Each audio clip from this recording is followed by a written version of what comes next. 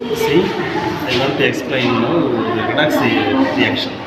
So the purpose, I took potassium permanganate. This is act as a redox agent. So first, this sugar solution. Then sugar solution. After that, then sodium hydroxide solution.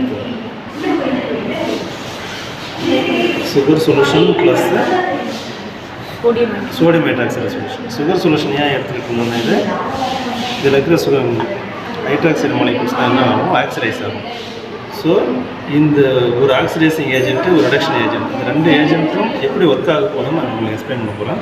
அதுக்காக ஒரு indication என்ன indicator எடுத்துருக்கேன்னா potassium பர்மனேட்டை எடுத்துருக்கேன். ஏன்னா இதுதான் பார்த்தீங்கன்னா reduction ஏஜென்ட்டாகவும் oxidising ஏஜென்ட்டாகவும் work ஆகும். So அதனால் இது என்ன பண்ணுறேன், ஏற்கனவே எடுத்துருக்கிற சொல்யூஷன் கூட நான் ஆட் பண்ணிக்கிறேன். பாருங்கள் கலர் சேஞ்ச் ஆகுது பாருங்கள்.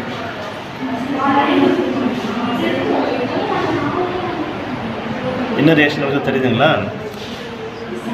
ரிடக்ஷனும் ஆக்சிடேஷன் ஏஜென்ட்டும் சைமல்டேனியஸாக நடந்துகிட்ருக்குங்க.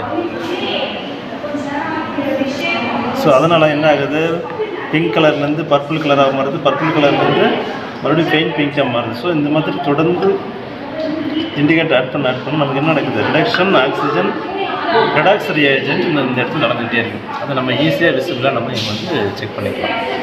ஓகேங்களா? காசு பண்ணலாம்.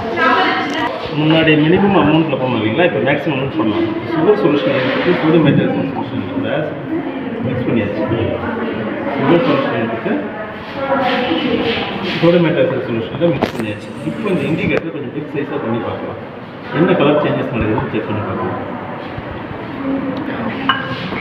என்ன கலர் சேஞ்சஸ் நடக்குது, pink colour, purple colour, pink colour, pink colour, purple colour எல்லாம் மாறி மாறி வந்துட்டு. ஏன் ரிடக்ஷன் ஏஜென்ட்டும் ஆக்சிடேஷன் ரியாக்ஷனும் சைமல்டேனியஸாக நடந்துகிட்டே இருக்குது.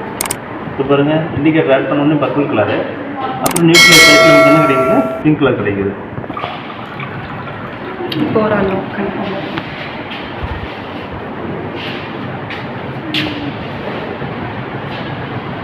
ஒரு 2 minutes வெயிட் பண்ணணும் சார்.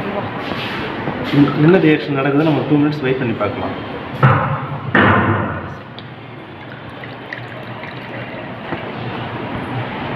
இது வந்து ஒரு ஸ்மால் கெமிஸ்ட்ரி எக்ஸ்பெரிமெண்ட் தான்.